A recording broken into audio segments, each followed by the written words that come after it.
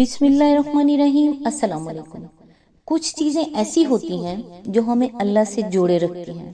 کچھ خواہشات کی صورت میں، کچھ آزمائش اور کچھ صدمے، اور کچھ ایسی باتیں جو انسان کبھی بھول نہیں سکتا۔ جتنا زیادہ دکھ کی شدت ہوتی ہے اتنی جلدی اللہ کے آگے ہم جھکتے ہیں۔ اگر دنیا کی ہر خواہش اسی وقت پوری ہو جائے، سب مل جائے، کوئی غم نہ ہو، تو اللہ کو کون کیسے یاد رکھے؟ اللہ تعالیٰ سے دعا ہے کہ وہ آپ کو اور آپ کے تمام اہل و عیال کو اپنے حفظ و امان میں رکھے اور آپ کی تمام نیک اور جائز حاجات کو پورا کرے، آمین۔ آج انشاءاللہ سورہ صف کی آیت نمبر 6 کی تفسیر جو پچھلی تقریباً 5 ویڈیو سے چلی آ رہی ہے، آج انشاءاللہ وہیں سے سلسلہ سٹارٹ کرتے ہیں جہاں سے ٹوٹا تھا۔ اعوذ باللہ من الشیطان الرجیم، بسم اللہ الرحمن الرحیم۔ نمبر 12، اس بحث سے یہ بات واضح ہو جاتی ہے کہ انجیل برناباس در حقیقت اناجیل اربع سے زیادہ معتبر انجیل ہے۔ مسیح علیہ السلام کی تعلیمات اور سیرت اور اقوال کی صحیح ترجمہ نہیں کرتی ہے، اور یہ عیسائیوں کی اپنی بدقسمتی ہے کہ اس انجیل کے ذریعے سے اپنے عقائد کی توسیع اور حضرت مسیح علیہ السلام کی اصل تعلیمات کو جاننے کا جو موقع ان کو ملا تھا اسے محض ضد کی بنا پر انہوں نے کھو دیا۔ اس کے بعد ہم پورے اطمینان کے ساتھ وہ بشارتیں نقل کر سکتے ہیں جو رسول اللہ صلی اللہ علیہ وآلہ وسلم کے بارے میں برناباس نے حضرت عیسیٰ علیہ السلام سے روایت کی ہیں۔ ان بشارتوں میں کہیں حضرت عیسیٰ علیہ السلام حضور صلی اللہ علیہ وآلہ وسلم کا نام لیتے ہیں، کہیں رسول اللہ کہتے ہیں، کہیں آپ کے لیے مسیح کا لفظ استعمال کرتے ہیں، اور کہیں صاف صاف ایسے فکرے ارشاد فرماتے ہیں جو بالکل لا الہ الا اللہ محمد رسول اللہ کے ہم معنی ہیں۔ ہمارے لیے ان ساری بشارتوں کو نقل کرنا مشکل ہے کیونکہ وہ اتنی زیادہ ہیں اور جگہ جگہ مختلف پیرایوں اور سیاق و سباق میں آئی ہیں کہ ان سے ایک اچھا خاصا رسالہ مرتب ہو سکتا ہے۔ یہاں ہم محض بطور نمونہ ان میں سے چند کو نقل کر رہے ہیں۔ تمام انبیاء جن کو خدا نے دنیا میں بھیجا، جن کی تعداد 1,24,000 تھی، انہوں نے ابہام کے ساتھ بات کی، مگر میرے بعد تمام انبیاء اور مقدس ہستیوں کا نور آئے گا جو انبیاء کی کہی ہوئی باتوں کے اندھیرے پر روشنی ڈال دے گا کیونکہ وہ خدا کا رسول ہے۔ باب نمبر 17، فریسیوں اور لاویوں نے کہا، اگر تو نہ مسیح ہے، نہ الیاس، نہ کوئی اور نبی، تو کیوں تو نئی تعلیم دیتا ہے اور اپنے آپ کو مسیح سے بھی زیادہ بنا کر پیش کرتا ہے؟ یسوع نے جواب دیا، جو معجزے خدا میرے ہاتھ سے دکھاتا ہے وہ یہ ظاہر کرتے ہیں کہ میں وہی کچھ کہتا ہوں جو خدا چاہتا ہے، ورنہ در حقیقت میں اپنے آپ کو اس مسیح سے بڑا شمار کیے جانے کے قابل قرار نہیں دیتا جس کا تم ذکر کر رہے ہو۔ میں تو اس خدا کے رسول کے موزے کے بند یا اس کی جوتی کے تسمے کھولنے کے لائق بھی نہیں ہوں جس کو تم مسیح کہتے ہو، جو مجھ سے پہلے بنایا گیا تھا اور میرے بعد آئے گا اور صداقت کی باتیں لے کر آئے گا تاکہ اس کے دین کی کوئی انتہا نہ ہو۔ باب نمبر 42، بل یقین میں تم سے کہتا ہوں کہ ہر نبی جو آیا ہے وہ صرف ایک قوم کے لیے خدا کی رحمت کا نشان بن کر پیدا ہوا ہے۔ اس وجہ سے ان انبیاء کی باتیں ان لوگوں کے سوا کہیں اور نہیں پھیلیں جن کی طرف وہ بھیجے گئے تھے، مگر خدا کا رسول جب آئے گا خدا گویا اس کو اپنے ہاتھ کی مہر دے دے گا،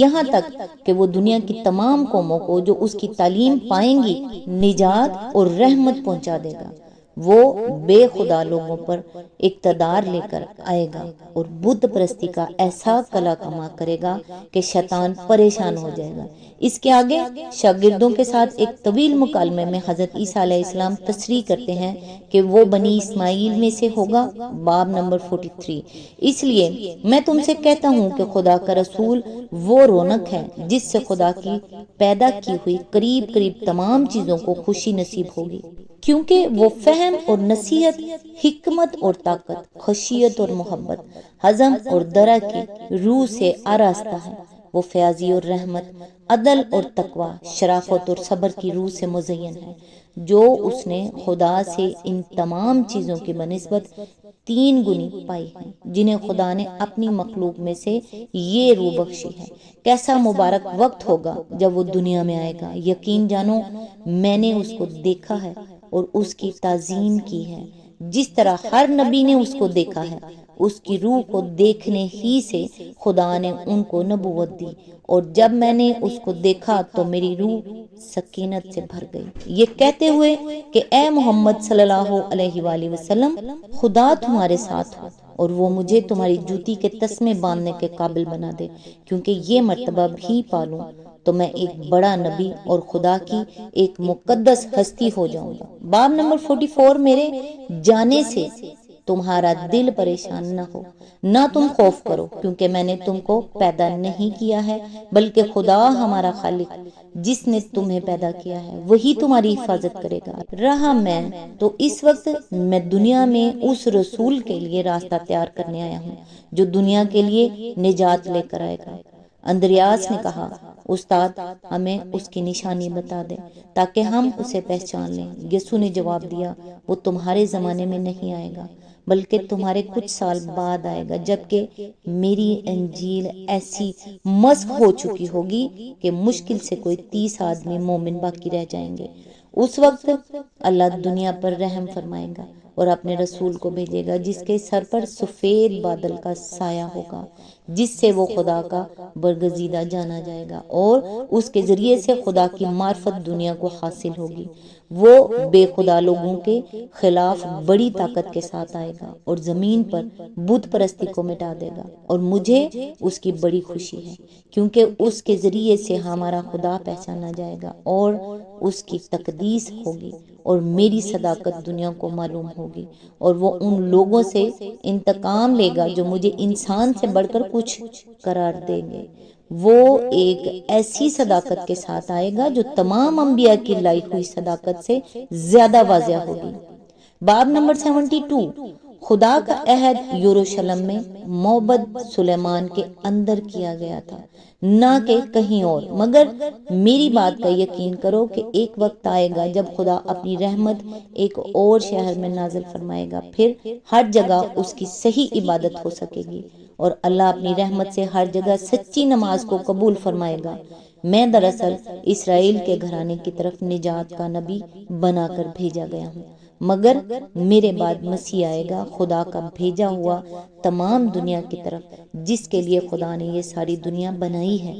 اس وقت ساری دنیا میں اللہ کی عبادت ہوگی اور اس کی رحمت نازل ہوگی۔ باب نمبر 83، یسوع نے سردار کاہن سے کہا، زندہ خدا کی قسم جس کے حضور میری جان حاضر ہے،